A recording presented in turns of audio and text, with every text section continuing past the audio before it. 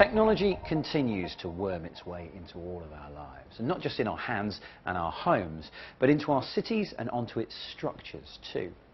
So it's no surprise that in the global heartland of technology, San Francisco, it's found its way onto an iconic landmark. We sent Sumi Das to meet the high-tech artist who's been making the Bay Bridge even more spectacular.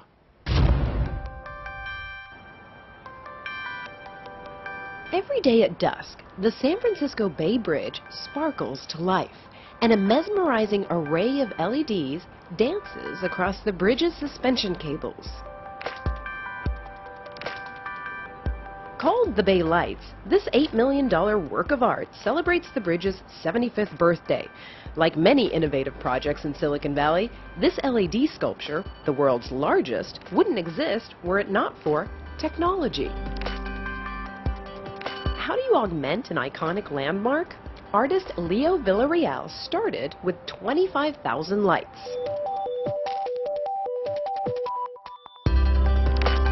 This is intelligent lighting. I mean, there have been a lot of bridges that have been lit, but not with this sort of granularity, where you have 25,000 individually controllable points.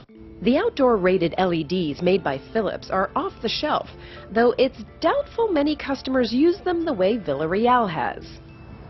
From start to finish, the Bay Lights was a 2.5-year endeavor, filled with hurdles. The physical challenges were, how do we install these LEDs? Where do we put the power supply that feeds power to them?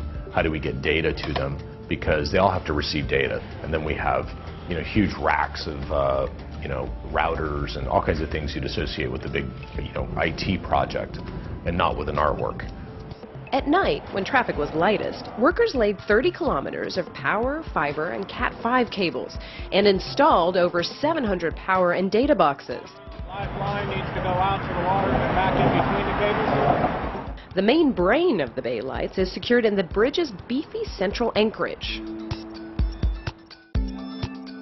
Even this seemingly basic plastic clip, which fastens the LEDs and cords to the bridge cable, is the result of high-tech workmanship. To design this part, entrepreneur Timothy Childs and his team embarked on 6 weeks of rapid prototyping using a MakerBot 3D printer. The cool thing about working with 3D printing is we were able to do about 10 different iterations of just the exact kind of shape of the channel to hold the wires in perfectly.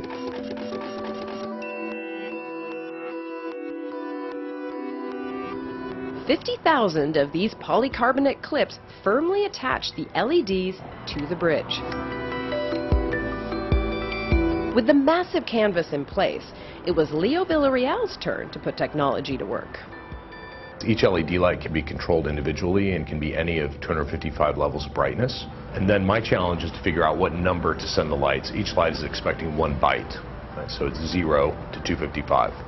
So I'm sending 25,000 bytes, at least 30 times a second across the bridge. The end result is an epic display of glimmering patterns that will never repeat during the 2-year installation. Watch the Bay Lights and you'll see hints of rainfall, maybe the Matrix or Stardust.